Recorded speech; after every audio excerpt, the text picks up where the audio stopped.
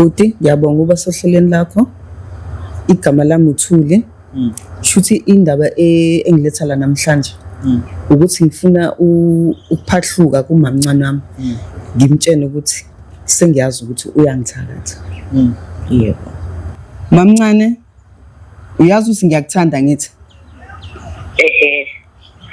Ngicela usho ukuthi uyangithanda. Ngiyakuthanda ngani yami. Nami ngiyakuthanda mamncane. Kodwa manje into engixakayo ukuthi mamncane mongithanda ngempela ngingane yadadweni umthakathelani pho? Hayibo! Bavela wanginuka ke wengane. Unginukelani? Mina ngisakatha wena. Uyaphika yini?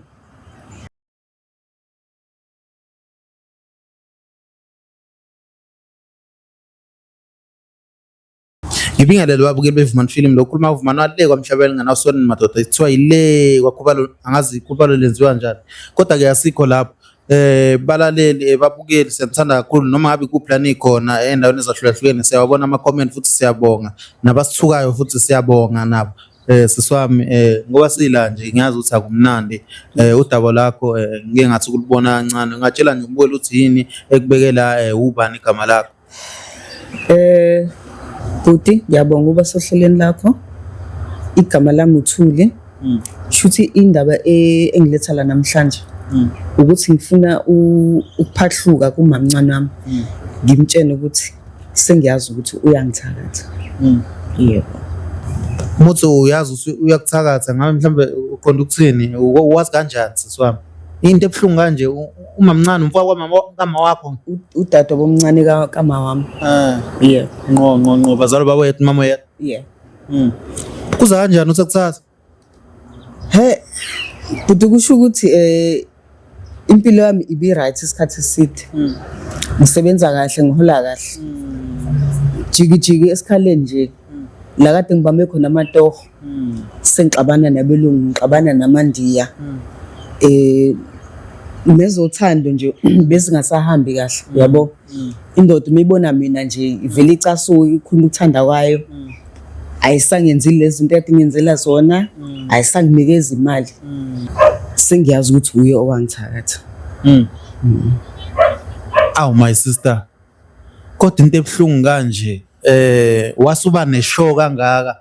Ingabe mhlambe kwenzakalani? Wazi kanjani wena? Butama ngibe kanje. Khona isikhathi la kade ngisebenza kahle khona. Inhlanhla ikhona kuvuleka imisebenzi. Khona imisebenzi kade bengafanga ngisho ama CV. Bekuba iword of mouth. Ngingene ecompanyeni mhlawumbe ngishaya interview ya 30 minutes 1 hour. Ayabelungu noma manje angithathi kube right. Kodwa after few years zaqala izinto zabheda manje. Xabana nabelungu sekukhona ungazwani. Okay. Ngaqala ngomuntu uthi hayi shuthi ufanele ngiqinise enkolweni yabo. Ngiqale ngithandaze ngiqinise khona. Hayi emva kwesikhathi labantu engisebenza nabo bangiyalela ukuthi hayi ngoba kudala uthandaza izinto zakho noma zivuleka kancane. Indaba ungazami ngokwesintu. Ake bhuti ngithi hayi ngibuza ukuthi njengoba izinto zesintu ngingazazi kanje ngizokwenza njani. Ngikhumbula ukuthi hayi lamaphepha la ajwayele ukudeliver kuma spaza shop. Mobheka ngemuva bakhona abantu aba-advertisayo ukuthi mabe ufuna ukubuyisa uthando ufuna lokhuza ukuhlanza umuzi nani. Isikhwama nani siyawa offerisha lawo services. Ngithatha igama ne-phone number. Ngimfonele lo muntu. Senza appointment naye. Hayi mengifika lapha. Ukumbona nje lo makhosi u2500 engakhulumi lutho. Hayi wena. Ngiyakutshena. Imali engaka? Just nje ukumbona nje a confirm ukuthi okay yimi nawe sesiyaqala appointment 2500. Hayi wena. Mina ngitsho okay mase ngibeka u2500 phansi uzoqala khuluma lutho. Hayi hayi ukuze ngivule isikhwama lesi esokhipha amathambo nani ngibona ukuthi kwenzakalani. Omunye 500. Hayibo. kanti ngithi hayi ngoba vele yimi engiyisukele angazi ukuthi izinto zisebenza kanjani awuthi ngenze lo ngokutshenwayo shutha ku 3000 lo manje bese ngikhiphila kakasho lutho hayi ke akhulume bese egcineni kokukhuluma ukunikeza iwasho khona ezipinki khona eziyellow khona ezigreen angitshela ukuthi ngizosebenzisa kanjani qale ngaleso kuqala ngize ngicina ngalese ngicina ngaso hayi ngitshethi hayi yabona ke manje ngizohlambuleka izinto zami sizokhanya Ngizobuyela nasemsebenzini. ngizobuyela emsebenzini yabona belungu esaxabana nabo kanti hayi phela u30 days angiboni nje mina umehluko Wazama ukumthinta umbuzo ukuthi awukwenzeki lutho noma akwenzakalani usini. uthi kimi hayi izinto vele sithatha isikhathi khona understand nawe ukuthi hayi izinto zakho bezi right Sithatha isikhathi kanjani sibe sikhokhile? ngizothini angithi ngingikwazi futhi ukuphikisa lapho akumini engisebenzisa nezinto zesinto yabo ngithi akulungile futhi ufanele ngibe ne patience wathi kodwa hayi ngeke kuphele mhlawumbe u3 months ungekho into eyenzakalayo ngithi okay athi ngibe ne patience nami ngiqhubeke ngisebenzisa izinto zakhe hayi after 3 months still ayikho into etheni yenzakalayo kuyaqaqa kancane ngiyabona ukuthi izinto ziyadumba kodwa hayi ayinto eningi kakhulu bese kuphela u3 months ke manje sengithi ngakhipha u3000 ingqondo yabuya manje ngikhipha u3000 kufanele ngabe ngiyaflya manje ku soft life hayi lutho ngimfonela lo muntu uma ngimfonela inamba yakhe ayisasebenzi isingena ku voicemail bengangena ku voicemail the subscriber you have dialed yabo into enjalo Ukuconfirm nje my sister ungathi thina ngoba sisebenza ngemedia angazi bangaka abantu esibasifonelile abanye bathengisa abantu ama voucher abanye babafakisa imali athi hayi woze ejozini mefike ejozini akasamtholi yazi balaleli ngeke ubelieve ukuthi khona abantu abathi bathwalisa abantu bathi umuntu akafaka imali engaka mase efika kuleyo location akasamtholi uyabona so yakhela ngamaqhubenye sometimes kuqhubeka mama sorry ukuphazamisa ngifaze le nkulumo oyisho akunankinga ngibona ukuthi hayi ke shuthi kuyacaca ukuthi kahle kahle ngidliwe la ngithi ngasawukhalela lo 3000 rand engiyokhiphile awuthi ngibuyele ekuthandazeni ngoba vele ukuthandaza kaze kubulala umuntu ngithandaza mekuthandaza after some few days sengiqala ngiba namaphupho yabo emaphupheni ngiphupha ngomama mncane wami manje umama mncane nje wenza izinto ezingacacile kahle ngibona emaphupheni engathi uphuma endlini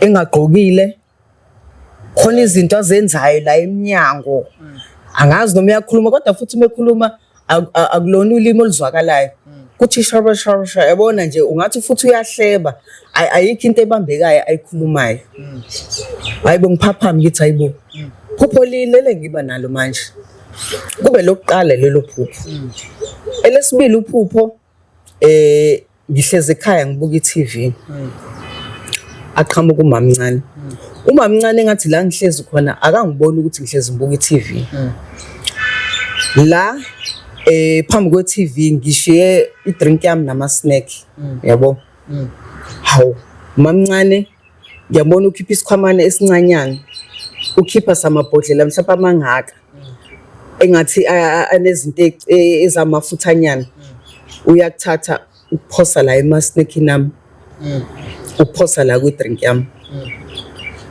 hawu ngiyayibuza ukuthi hayibo wenzani kwenzakalani yilo yenzayo shuthi akangizwa akangiboni yabo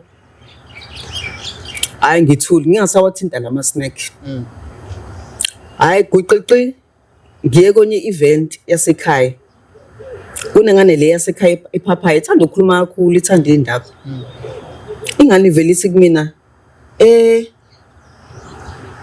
yazi ukuthi umama wena akakuthandi lengane shuthi ukhuluma ngomamncane wami ngithi mina angithandi athe akakuthandi nje ngumuze nje mekhuluma efonini ukhuluma ngawe uthi wena kuva uphakeme ucathi ungcono kunawo umuntu wonke umuntu yabona nje izinto ezibheka eceleni ngithi ngani uyithathela lento oyikhulumayo athi phela ngisuke ngikhona ngithi mabe ekhuluma nabanye abantu noma esecingweni ubhizi nje ukhuluma ngawo ayikho into enhle ayikhuluma ngawo hawu ngamangala ngithi hawu uqonda uthini ukuthi umamncane akangikhulumi kahle uthi ya wena uphakeme futhi wena nje uyithatha lento ukuthi ungaphumelela wena wedwa usebenze kahle uphinde futhi mabe ukhuluma namafoni akhe ngisini ungathi uzibamba ikhala wa ngithi hayibo into enjani le athi serious kuthiwa nje wena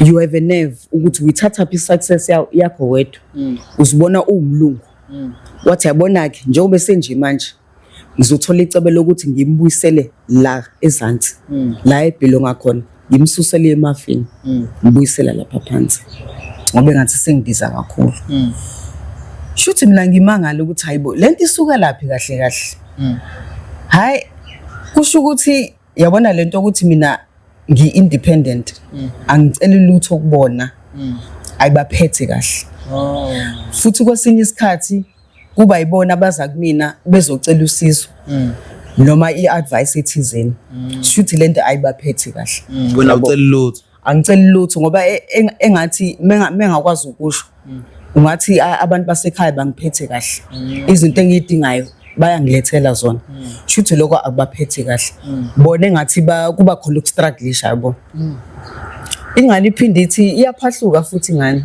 iphinde ithi futhi uma ngamuze ekhuluma nogobela ethi aningitshena lo muntu lo usebenza kuphi wenzani yabo shuthi bafuna information nje ephelele ngami hayi asho ku antiki bese beyasho nokuthi hayi enye into futhi ehluphayo ngami mina ngumuntu omaziyo uNkulunkulu ngihamba isonto ukuthandaza nje into yami engiyithandayo shuba bothi hayi kuzoba nzima kodwa hayi egcineni bazonqoba futhi into engiyinothisile umamncane lo ngisho nginenkinga emsebenzini noma ikuphi bese ngimxoxela akathuki akwela umuntu mhlawumbe uyabo okukhexa kanje athi indaba engaka uvela ahlale nje athi ngisho ngimxoxela nje into ethusayo awu mhlawumbe asithi mhlawumbe hey ngicishe ngancindwa imoto umuntu akathi hayibo cishe afa inganyama cha uthi hayi phela isemhlabeni nawe shuthi kufanele uqaphele uma ubuwela umgwaqo ngoba ngeke wazi ukuthi uNkulunkulu uzokuthatha noma kanjani yabo ngambona hayi khona into engashayisisi kahle la so njengamanje awusebenzi ndawo manje angisebenzi indawo epermanent ngibamba lawo ma-piece job nyana futhi nayo lama piece job nyana nje imali encanyana yabo ezokuthi ngikwazi ukuthenga impuphu ne-rice ngishebe kodwa kuqale ngangi-right ngakwazi ukuphuma mhlawumbe no-4,000 ngithi ngiyonza igrocery gcwala amakhabethi kube mnandi ayisaphilekile leyo mpilo manje enye inkinga-ke wena bhuti njengoba ngishilo ukuthi mabe ngimxoxela something akuyena umuntu o-reactayo yabo athuke noma kuwumuntu olalele ukuthi ayifuna ukuyizwa kahle le ndaba bungathi vele useyazi yabona ngisho noma ngixoxa ngendaba esemsebenzini uthi hey umlungu uvele wangisukela wathi mina 1 2 3 unathi asuka shiya leyo nto shiya lo msebenzi phansi uzele ufela nje ukuthi uyasebenza mina ngijethe umuntu ungineze advice yangaka kanti cha shuthi angishiye wona lo msebenzi lo ongenza ukuthi ngibe stable shuthi ngifela yonke lento leyo adlala kushuthi baba wena bafuna ukubona ukhothama yabo ngenalutho uswele yebo so ingane wena unazo siswami nginayo ingane kodwa ihlala nobaba wayo kodwa okungisizayo ngoba phela nami ingane yami beke ngithanda ukuthi ingibone ngisokola kanje shuthi wona bhuti enye into kahle kahle mina bengifela nje ukuthi noma ngabe umsebenzi usuphelile ngalendlela waphela ngayo kona lokho ngicoshayo akubonakala ukuthi ngiyacosha ngiyaphila nje ngamanye amazwi ngingathi wona bhuti even though angenzi imali eningi but ngiyayithola imali yokuyiphilisa kosini isikhathi uthothi mhlawumbe umuntu uzovela acabanga ukuthi hayi usibamani ngiyazi ukuthi akekho employed full time othi ngimzama noma ngango 500 kanti iphuthe engilenzayo ngifike ngixoxe futhi Mhlawumbe ngithi ngixoxela ingane yakhe, ingane igijima yomtshela umamncane ukuthi hayi ke nango-ke manje useyaphiwa imali, shuthi kahle kahle nje lo muntu sohlala esidila naye. Shuthi wona bhuti kahle kahle mina bekufanele impilo yami nje iwe ithipho phansi bese ngizoncenga kubona abakhothamele ngithi ngicela usizo. Umama wakho usaphila? Umama wami uyaphila kodwa asikho close, yabo.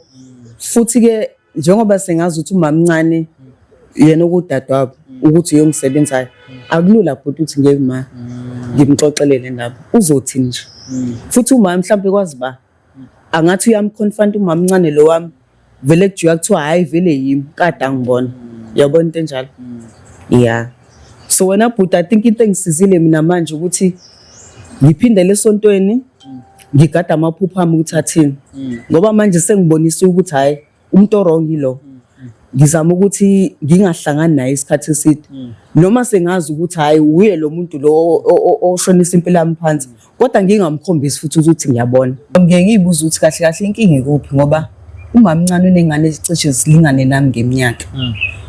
Ngesikhathi ngisebenza kahle even namanje futhi ukuthi yazi ukuthi umuntu uyakhuluphala, impahla zimshiye, noma mhlawumbe mengemcimbini ngifike ngisike into ngingasayigqoka isikhathi eside. Bengiziqoqa zonke lezo impahla lezo ngibaphe zona. Ihliziyo. So cha ukuzama bhuti, futhi angikaze ngicabanga ukuthi hayi awuthi ngipha abangani bami impahla engasayigqoki. Kupha abasekhaya? Bengiqala ekhaya ezisalayo mhlawumbe singaphisana kwabanye abantu. Ngisho ingane zakhona lapha ekhaya besithi mhlawumbe mengizokuthiwa bafuna ukuhamba ama-trip bengibathingela bo-orosi, ama-snack inyana, futhi bebazi ukuthi hayi meqhamuke lo khona into engizobazama ngayo. So angazi ukuthi kahle kahle inkinga kuphi bhuti, uyabo. Noma sengazi ukuthi hayi uye lo muntu lo oshonisa impilo yami phansi, kodwa ngingamkhombisi futhi ukuthi ngiyabona, yabo. Lezi zinto zami ngizihambisele phansi. Nengane yaphinde yaconfirm lapha kuwena, uyabona. Okusho kona ukuthi uNkulunkulu ngithanda ngempela. Yabo. Hey ubabukeli, niyabona ukuthi kunjani? Ngiyacabanga ukuthi manje sekuyisikhathi ukuthi sifonele umamncane simtshele umtshele sisamkhiphe konke okungaphakathi. So inhloso ngoba uzowafika la yini ukuthi mhlawumbe inhliziyo yakhe ube free, laziwe iqiniso, mhlawumbe ucabanga ukuthi mhlawumbe uzoyeka. Hey, angicabanga ukuthi mhlawumbe ikhona into ezomshintsha. Ngoba kuthiwa umuntu mekaqala lezi zinto lezi ugcina sekuyinto esegazini. Akenzi ngoba mhlawumbe ukuthi unenhliziyo sekugcina sekuyihabit. But ke bengifuna azi ukuthi hayi noma yini ayenzayo mina sengiyambona, yabo. Ukuthi umuntu one conscience ayisole okwakhe lokho. But akazi mina sengikhathele ukuhlala nale secret yangidla. Ngesikhathi ngisasebenza kahle lapha angitshenanga muntu, kodwa ingane kamamncane le khona eyodwa kade ngisazi ukukhulumela lapha emsebenzini ukuthi bayifake ngoba possible iphumile impela. Akisho ukuthi umamncane nje ubebhizi enza lezi zinto esibheke eceleni. Shuthi methi ushaya mina useshaya neyakhe ingane, akusekho sibani ke siphumayo manje, ngiyabona. Hey ubabukeli, nibobheka ngempela. Yazi ungashisa imoto yomuntu noma umginqa nemoto, ngiyaliyana nje umakhelwane, kanti uyogula kusasa uyidinge leyo moto wena unganayo imoto, yabona. Suthe ubulala yena ubulala wena. Siswami ama-good Samaritan vele ayajeza, yabona. Ihamba ukhalo olude lena. Ngiyacabanga ukuthi ungifayile inamba la kamamncane sizame ukumfonela siswami. Okay. Hayi nayo number yakhe.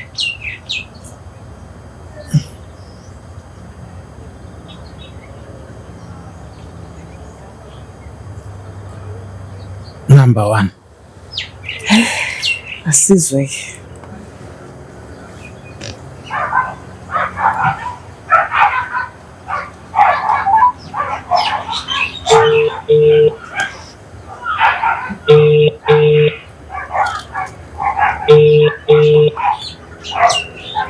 Hello. Sawubona ntombi yaphila. Kanjani?